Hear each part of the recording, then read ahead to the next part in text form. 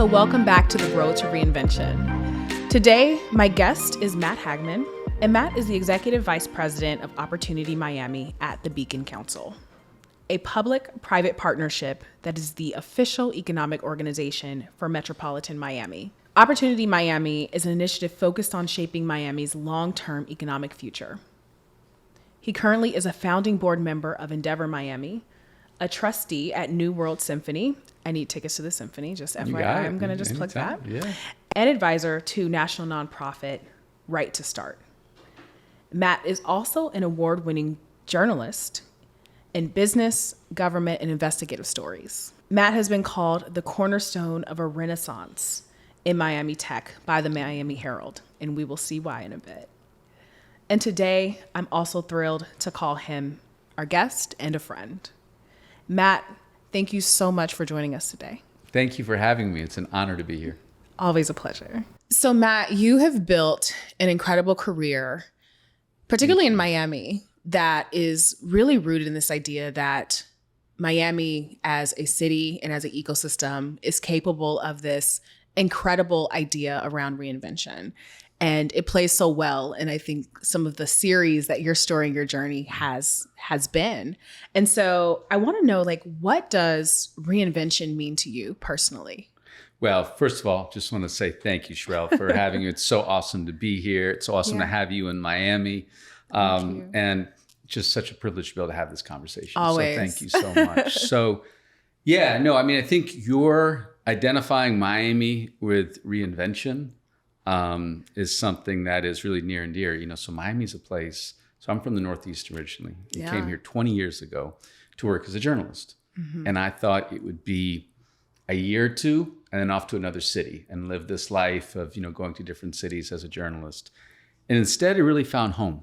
Yeah. And it really goes back to that idea of reinvention. So I'm originally from Boston, right? Yeah. A place with a long history, old institutions, traditions.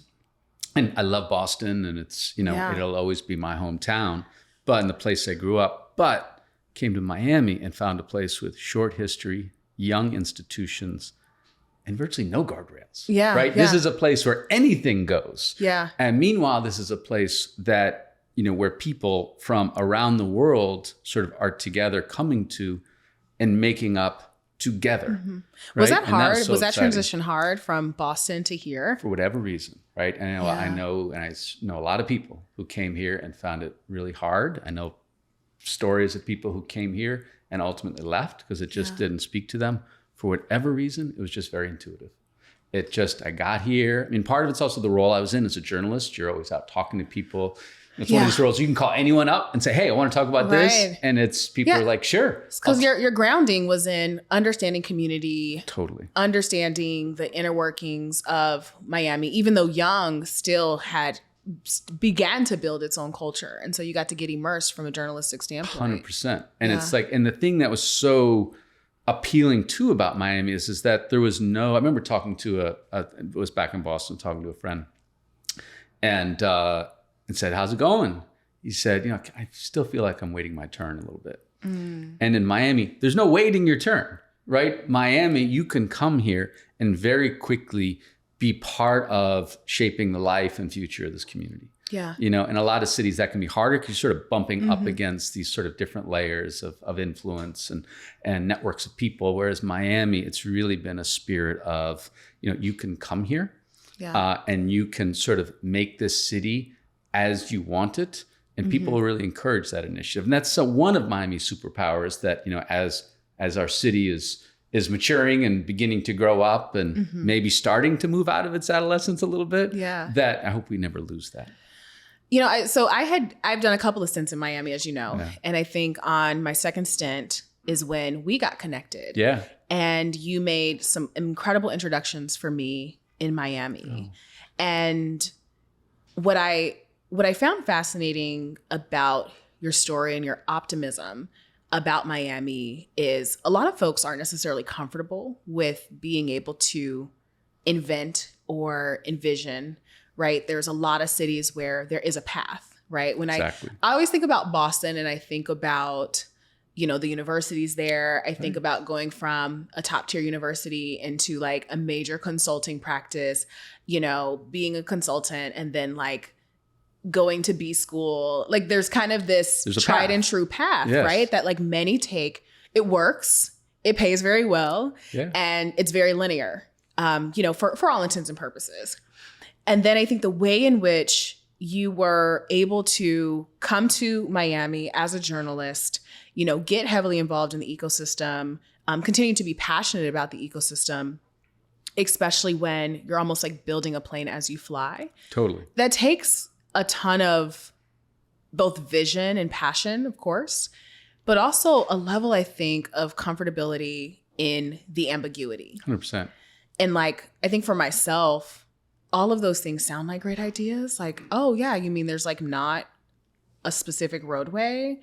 There's also the reality of that discomfort of deciding this is what I want to see in this city can be really, really hard because there's not a right or a wrong answer, but you still have to forge ahead. So maybe you can talk about like any level of discomfort you may have experienced, but why you continue to see this environment as a route to opportunity. Yeah, absolutely. I mean, in a lot of ways, I was very fortunate because what I found at the beginning and what I hope to impart, now that I've been here for a little while, is I found a place that with a open mind, a welcoming spirit, and a place that really rewarded grit and initiative, right? Yeah. A place that really took pride in the hustle. And those are this, as I was talking about sort of Miami superpowers, those are sort of the Miami superpowers that I hope that we'll always hold on to, even as, we're growing up in so many ways as a city. Yeah. But I think you're right. I think it requires sort of a level of comfort in ambiguity, right? A level of comfort in, you're not sure exactly where we're going on this journey, but you do feel it's a journey worth taking. And sort of those moments of ambiguity and uncertainty are ones that, don't become a cause for concern, but just sort of part of, being on the way. Yeah. Yeah. And I think like Miami can be very, it can have a very superficial narrative. Oh, right? Big time. Yeah. And I think like the last few years, especially when we talk about the tech space, the crypto space, and kind of all of these other things that the branding of Miami was over the last few years, particularly amid the pandemic, it was one narrative, but you've rooted yourself in this ecosystem in a really unique way in your various roles in which you've served here. And maybe, you can kind of dive into what those roles have been. Yeah. And how you have invested, I think, into the real Miami, which as an outsider, of course, like what is the real Miami? Right. But I think to an extent of what is being created from the ground up from folks who are rooted here, who've bought here, who have or are building their families here, and who are going to be benefiting from the work of ecosystem investment. Totally. No, and I really appreciate that. Yeah. So for sure, Miami, we've got the flash. Miami can be very superficial. Those things are all here. There's no doubt about it. But, for me, what I found is actually a place of real substance. Mm-hmm. This is where a place that people come to and are, reinventing in their own lives or starting over. I mean, if there's any place that knows about the hustle, that knows about sort of getting through tough periods in life, that knows about transitions, it's Miami. Yeah. Right? I mean, and you think about, how, well, we could go on. We'll talk more about sort of all the different paths that, that there's so many, the countless stories that have led people to here. Yeah. And there is such an authenticity and genuineness and realness about all of those stories. And that to me is the Miami that really want to spend my time, really investing in. And it was during my time as a reporter that sort of really saw that Miami. And it was after 10 years as a reporter, most of the time at the Miami Herald, had the opportunity to go to a place called Knight Foundation. Yeah. And so I walk into Knight Foundation 10 years ago now, right? Yeah. And so this is I started the end of 2011. So we're now beginning like 2012. So we're talking like the world has gone through this economic recession. Exactly. And now that's kind of this reemergence. So it's almost coming like out of the Great Recession. That's right. Which was almost a reinvention of itself. 100%. Right? Like everything that we thought was true was now sort of this big upheaval and a refocus, a recentering around like, well, okay, well, what are we as a society? Exactly. And now that everything, all the illusions have kind of shattered, now we kind of get to build something real. 100%. Yeah. And had this really unique opportunity moving from being a reporter. And that, by the way, going to Knight Foundation was sort of my way of doubling down in Miami. Because I had lots of friends who are reporters who right now we're in LA and DC and New York. Right, because the goal was that you would almost move around within your career. And then it's very rare to hear a journalist has stayed in the same one place for right now, a decade, right? Right now I can, this morning, can see, friends whose bylines are at the New York Times or LA Times or Washington Post. But I really wanted to double down on Miami. So going to Knight Foundation was that. And the really interesting thing and the real privilege was I get to Knight Foundation and the CEO, a guy named Alberto Ibargüen, who had been the publisher of the Herald, who actually had hired me at the Herald. Wow. It was at a moment in time where Knight was figuring out what to do next in Miami. And so my marching orders were figure out what's next for Knight Foundation to focus on in Miami. I remember him very vividly sitting in his office and he said, go talk to people for 4 months and come back and tell us what's next in Miami, what you want to do. Yeah. And so it's this really Which was easy because you're already a journalist. Well, it's so funny, Shira. That was my first thought. Yeah. Right. This was a new thing for me. Okay. Working at a foundation, and my job was as, Miami director. Yep. And, but I thought to myself, I'm just going to go be a journalist. Yeah. Right. I'm going to go talk to people, meet people where they are, and hear about their concerns, their aspirations. And out of that, develop a vision about sort of, if we had to pick one thing, there are lots of things, of course, required in any city going forward, thinking about the future. We have to pick one thing, land on what that is. And so went around, did this sort of walkabout and came back. And so this is, early 2012 and said, okay, what's it going to be? What's the next thing for Miami? What is that thing you want to focus on?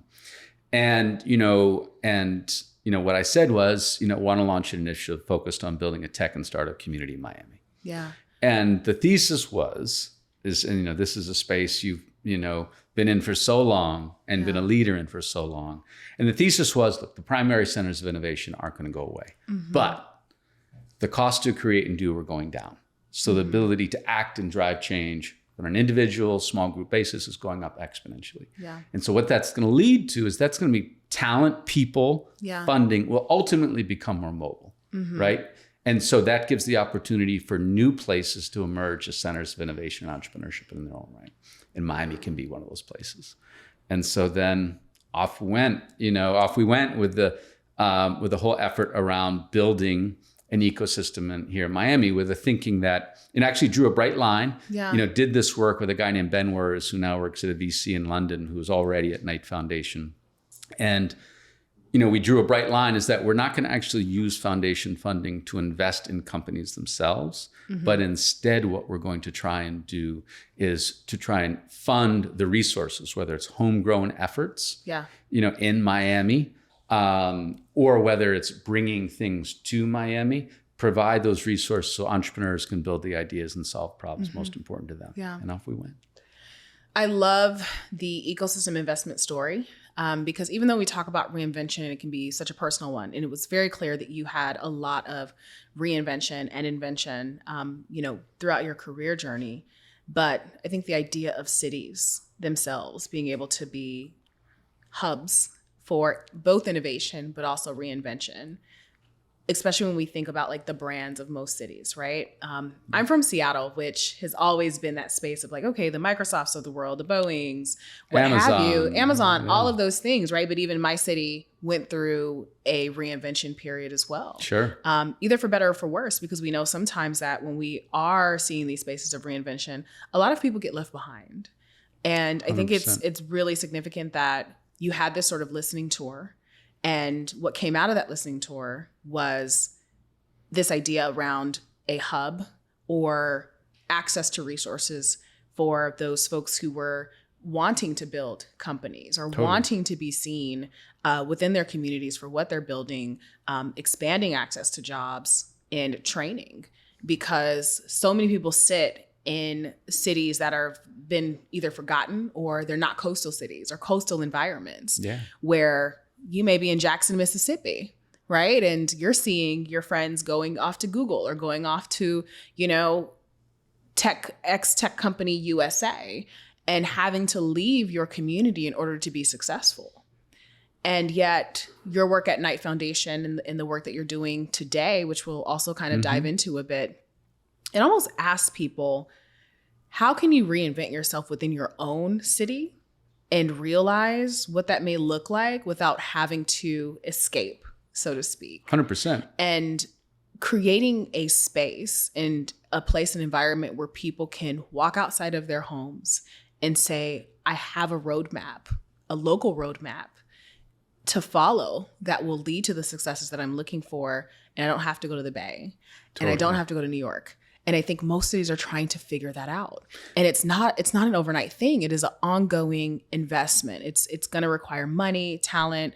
It's a lot of work. And I'm almost surprised, or not even just surprised, but I think about how much work building a sustainable ecosystem takes, and the work in which you've continuously have decided to commit, like you said, double down on Miami. Yeah. I think you've quadrupled down at this point on Miami. Totally. And why that attachment and why that investment, even though it's not immediate, is still so significant for you. Yeah.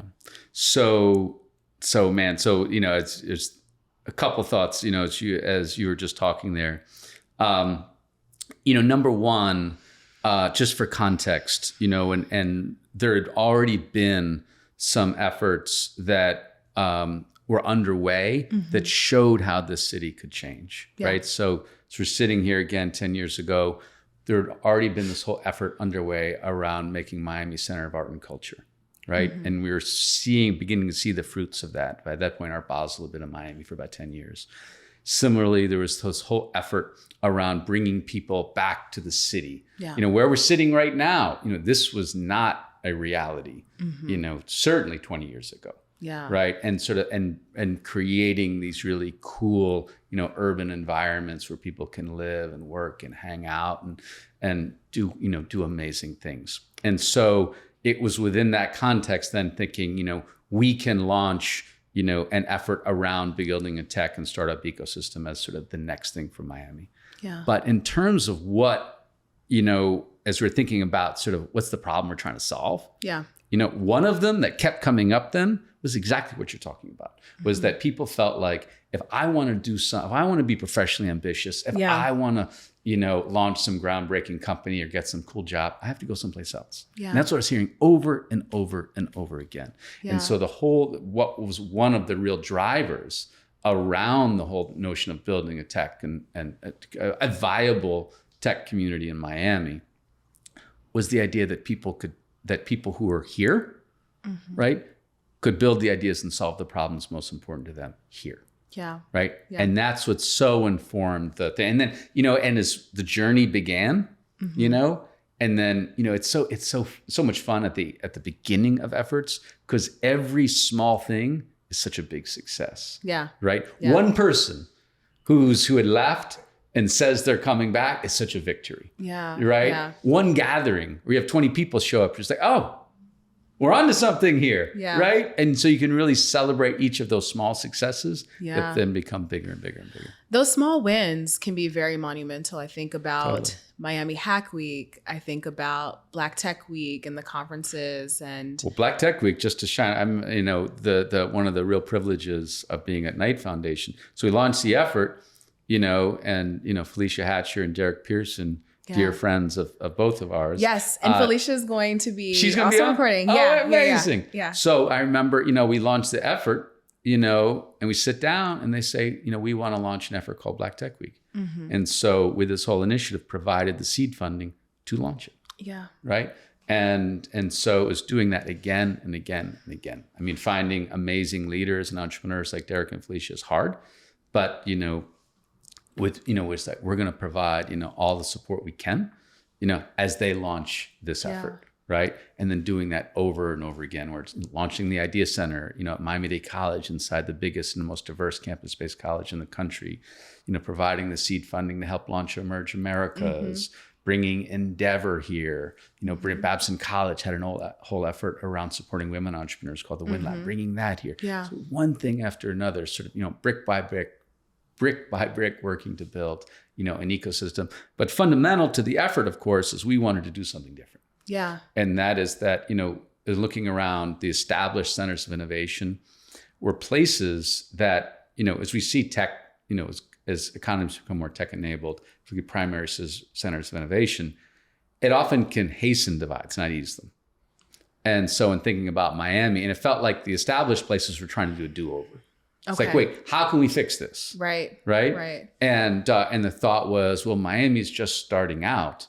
Well, how can, from the very beginning, that we see diversity as our unique differentiator and build an ecosystem that's really buy for and all the whole community. Right. And kind of solve some of the ills that, we see the challenges in places like Oakland and San Francisco. Yeah. We see that insane, wealth divide, especially as cities start to build up their innovation spaces. Again, my hometown of Seattle, where a lot of folks got pushed out of their neighborhoods and communities. And, the city really made room for those who were going to be landing 6-figure jobs at, 20 something, plus bonuses and stock. And we're already on the road towards, realizing incredible wealth and great careers.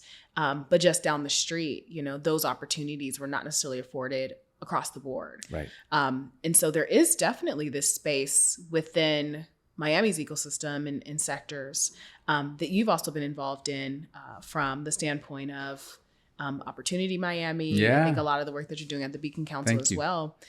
So lots of spaces and talk to me about this kind of continuous reinvention, because I think the way in which you've approached it, maybe from again, I want to, as a journalist, as a fellow journalist, I want to go back to your journalism background, because that's at the root. Always a journalist. Right? We're always journalists. Always a journalist, right, always asking the questions.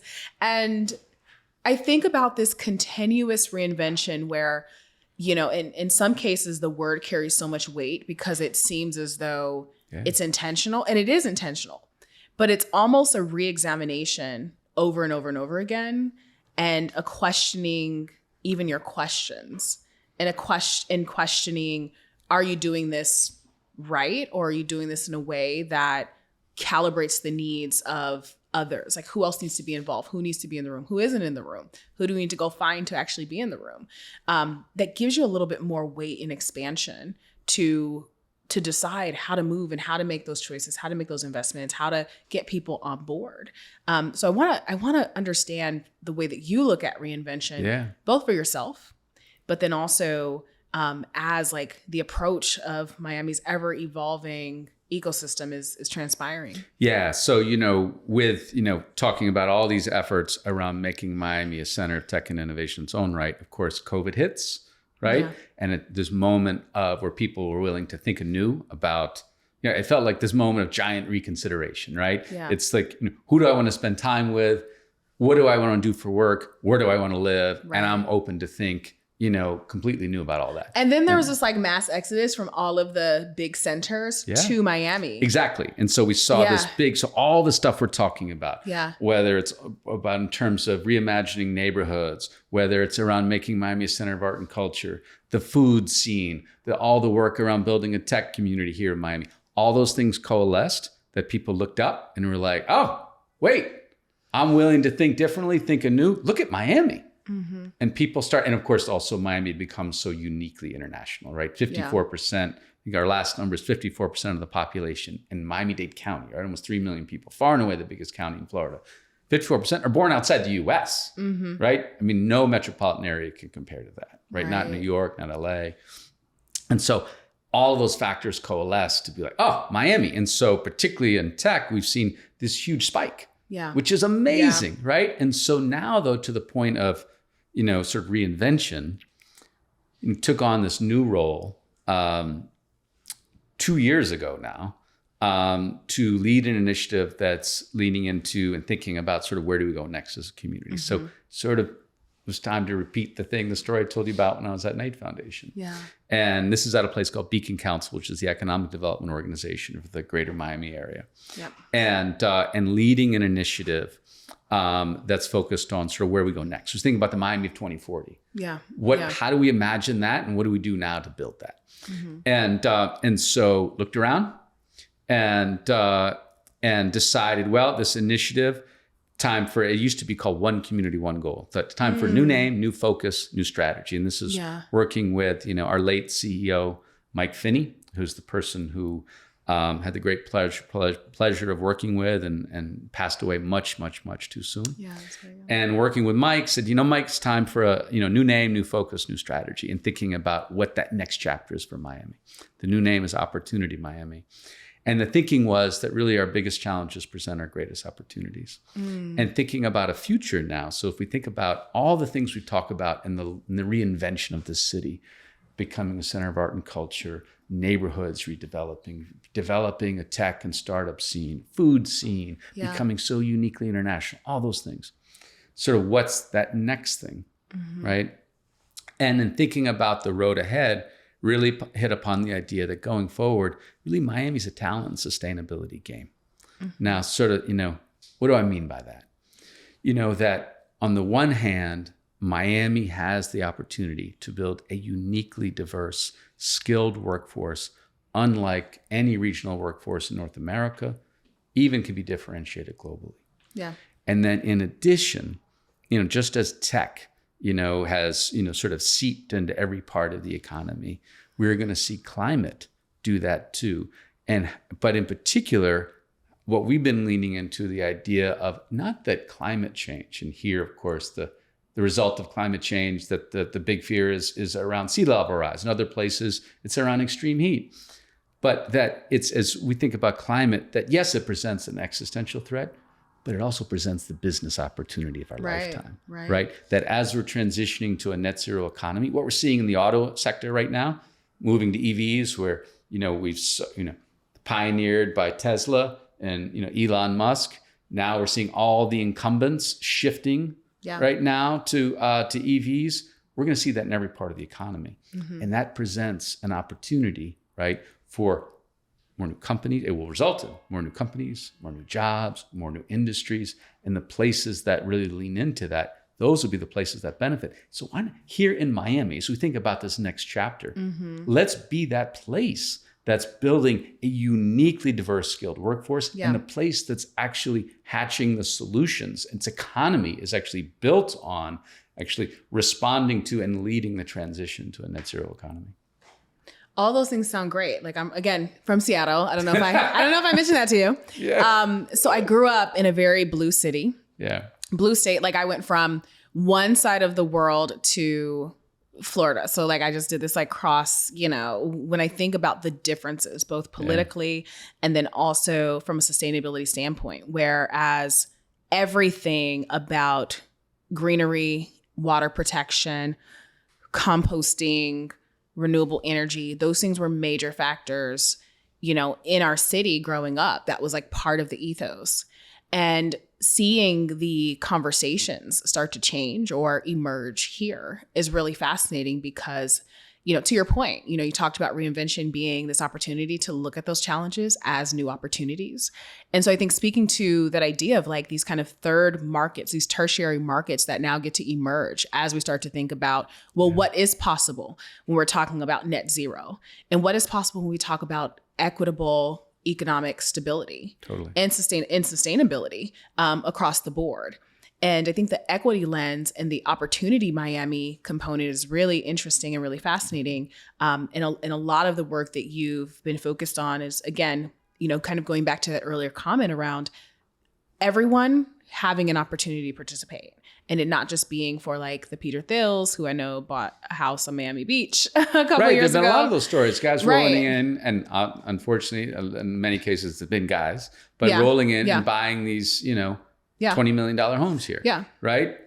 Which is what it is. Good. Going back to what we talked about Miami's sort of seeing Miami's superpowers in so many ways being an open mind, a welcoming in spirit, and also really, a culture that rewards the hustle and the grit and the initiative. Yeah. So we should hold on to that, right? So thrilled that he's here. But Miami's real opportunity is being a place where it's literally, in every neighborhood, on every corner. Yeah. That, and honestly, going back to the early days, the whole effort at Knight Foundation, success is built on, in every one of those instances, that someone who has, that there's a problem they want to solve, there's an idea that they want to build, that they have the tools and the wherewithal and the belief that they can do it. Yeah. Right. And if Miami can make good on that, and it's going to be both through, with Opportunity Miami, we have something called the Academic Leaders Council, which is the presidents of all the 6 major colleges and universities in the Miami metropolitan area. Miami-Dade College, Florida Memorial University, the only HBCU in South Florida, FIU, University of Miami, St. Thomas University, along with our superintendent of public schools. So a group that together is educating right now, more than 500,000 students, right, across the Miami metropolitan area. We have the great privilege of working with them, with Opportunity Miami. I think even they would say that the future is also going to be built on certificate programs, boot camps, apprenticeships, the non-traditional education, where you're seeing some really interesting efforts. I mean, one of the people we featured on Opportunity Miami on our different channels, along, of course, with our terrific conversation that we had, is Chandler Malone, the Boot Up. Yeah, who's an he's also going to be on entrepreneur. the show. Oh, he is? Oh, man, I love it. Awesome. Yeah, we're going to talk just to that, this idea of credentialing, of upskilling, and getting ready for those 100%. Emerging opportunities that are going to be coming to create a center of equity as well within the 100%. And if Miami can really make good on that, right? Yeah. Which no community has been able to really do, right? I mean, centers of innovation primarily have been places that have lacked diversity, right? And we've seen enormous economic divides. Yes. It doesn't have to be that way, right? And so if Miami can be a place where it's actively solving for that, where there are entrepreneurs like Chandler who are here actively solving for that and building what will hopefully be really big, hugely successful companies. That's where if we can do that, we'll have done something really, really special. I love that. I love the optimism. It's very energizing. I think that since we first met, it was just always that energetic feel of all of these things are possible. And that is Miami, right? To me, at least the Miami that I've been fortunate enough through the years to see and sort of feel again and again is that sense of possibility, right? I mean, that there are not a lot of people telling you can't do that or you have to wait your turn. It's a place you can come into. Look at Chandler. Yeah. Right? I hope his experience so far has been a good one, but he arrives here, he's out of Tulsa. Out of Tulsa, which is a place I visited Tulsa and I love it. I did too. It was fascinating. There's a lot of cities that I learned about for the first time because you're oh, I never even said that word before. And then you're and I visited, I know where Tulsa, Oklahoma is. I was there last year. Where Oklahoma it was amazing, is. Right? I've flown there, Yeah. But there's some really special work going on there. And thrilled, of course, that Chandler's here. But what I hope his experience has been is where he can come here and quickly be a leader in this community in his own right. Yeah. And he's doing it, the stuff he's doing with Ted up at Florida Memorial, with Ted Lucas. And so he's been able to throw himself in as not only someone who's building a company, but it's really trying to drive change across our community. Yeah, yeah. And so much of the things that you are a part of, they are almost this kind of top-down approach, right? In which you need all these sides from the ecosystem. And as we wrap up our conversation, I really want to speak to the personal side. I really want to speak to the viewer, the listener who is a part of a city or community. Maybe they're here in Miami. Maybe they're just in their city thinking about their next moves and trying to figure out, where do I go from here? How do I tap into some of the innovation initiatives that might be taking place? And how do I reinvent myself? What is your definition of reinvention, especially as someone who has had these various iterations where you've taken potentially challenges and turned them into opportunities and found your place, your placemaking.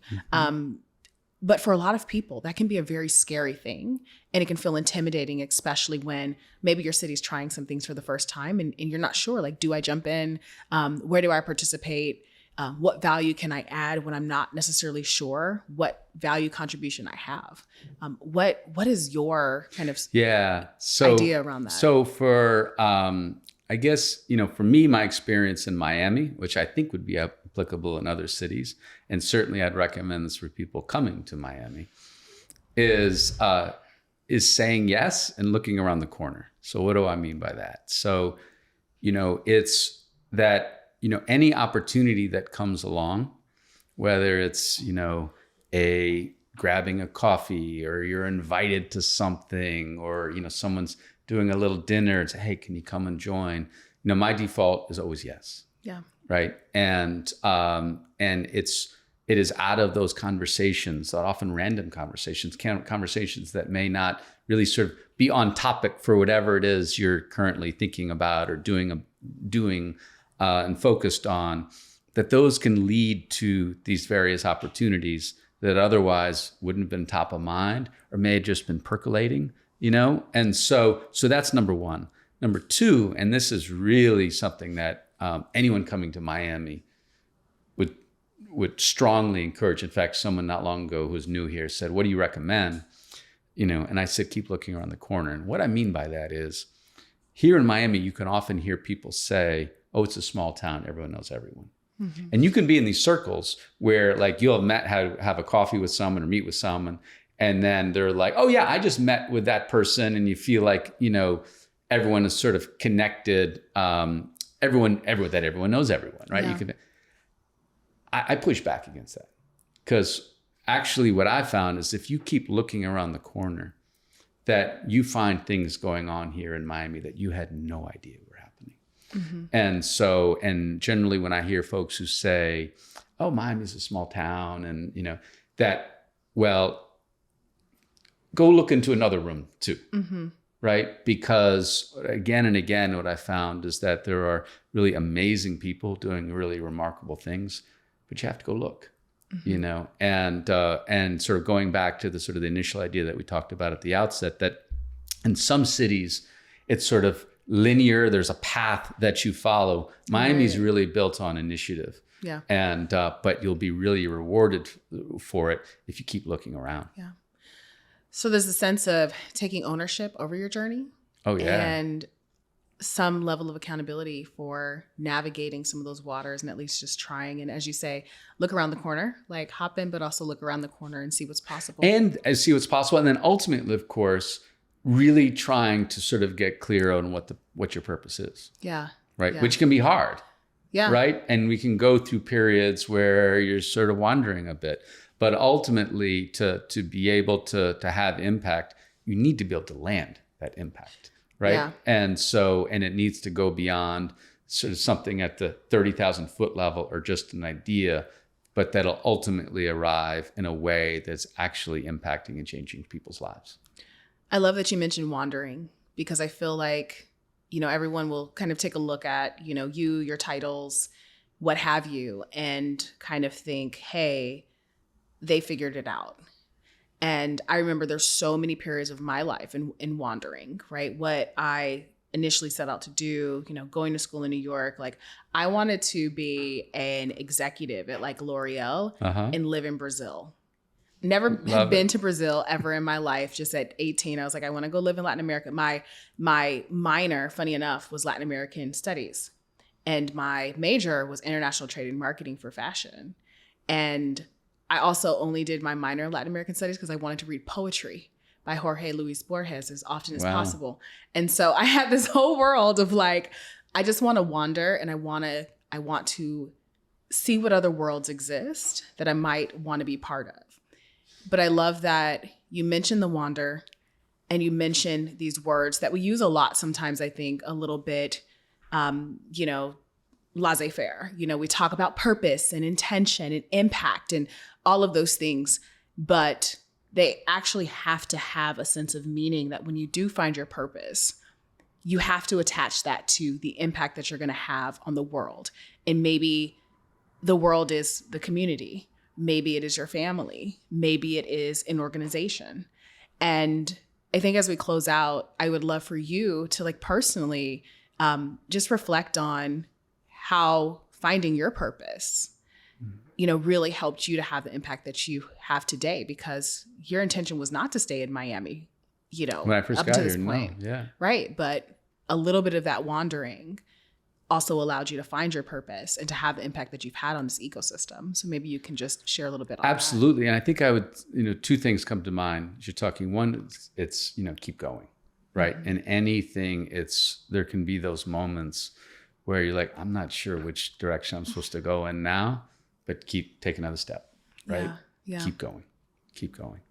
But number two, I think it's, I guess it's cliche to say the journey continues, but it really does. And I know for me, as I sit here,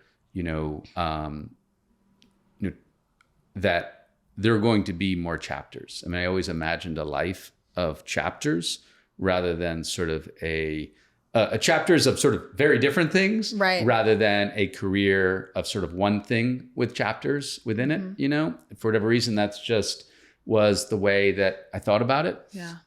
Which, by the way, can be a little disconcerting because you're sort of further along in life and you're doing something for the first time and you're looking at people, contemporaries who, are experts in their field, right? And you have to be good with that, right? Yeah. Because you're going to be learning something new later in life.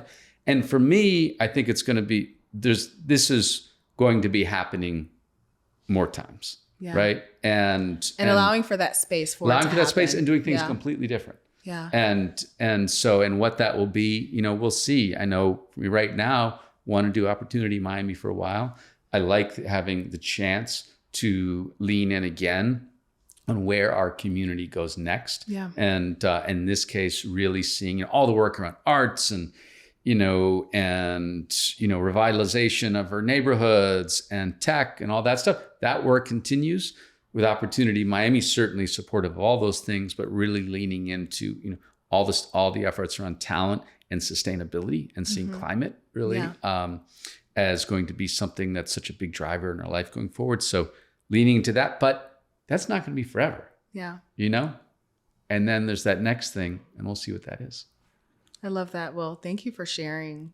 Thank you, Shirley. As always, thank you for being willing to sit and have a conversation. I really appreciate you. Oh, thank you. Awesome. Thank you.